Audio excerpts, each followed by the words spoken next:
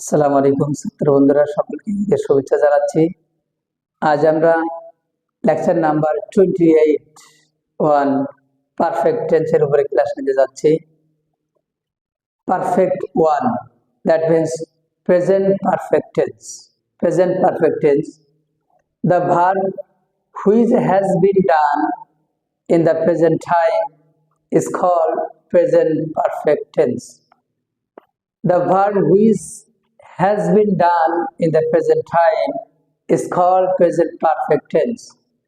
এটাকে যদি আমরা past perfect, present এখানে perfect one, perfect two যদি করি তাহলে perfect two past perfect tense.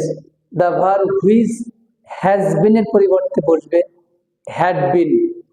The verb which had been done in the past time is called past perfect tense. শুধু এইখানে has এর পরিবর্তে had দিলে হয়ে যাবে। The verb which had been done in the past time is called past perfect tense.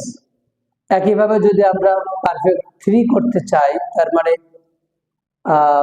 Future perfect tense যদি করতে চাই তখন হবে the verb which will have, the verb will have been done.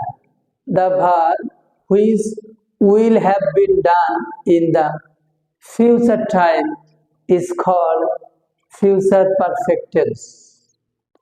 প্রথমটা যে বাংলায় যদি আমরা বলি যে বর্তমানে কোনো কাজ সম্পন্ন হয়েছে বোঝায় তাকে প্রেজেন্ট পারফেক্ট টেন্স বলে। যখন পারফেক্ট টু হবে, পাস্ট পারফেক্ট হবে, আমরা এভাবে বলতে পারি যে ভার্বের কোনো কাজ সম্পন্ন হয়েছিল অতীতে সম্পন্ন হয়েছিল, তখন সেটাকে বলা হবে পাস্ট পারফেক্ট টেন্স।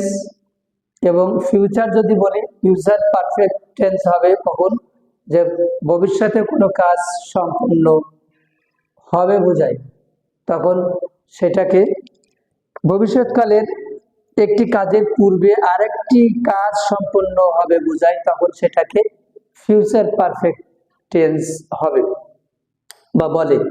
স্ট্রাকচারটা কি, শুধুমাত্র প্রেজেন্টটা যদি আমরা বুঝি subject plus had has plus V3 plus object, V3 plus object. যখন এটাকে পাস্ট হয়ে যাবে, পাস্ট পারফেক্ট হবে, তখন হ্যাড হ্যাজ এর পরিবর্তে বসবে had, subject plus had plus V3 plus object.